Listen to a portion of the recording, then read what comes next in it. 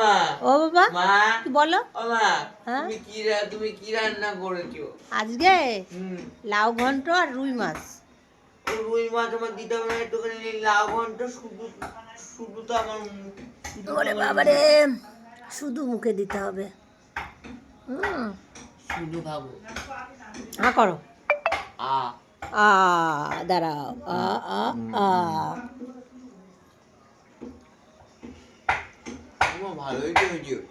ভালো হয়েছে না? হুম, শুধু ভালোই তো হয়েছে না, সেই স্বাদ মা হয়েছে। একটু দাও না, মা একটু দাও। আর একটু দেবো, দাঁড়াও। এখানে আবার মুড়োর কাটা থাকলে তো হবে না, একটু বেছে কুচে দিতে হবে। দাঁড়াও, নাও চামচ ধরেই মুখে নিয়ে নাও। হুম, হুম। হুম,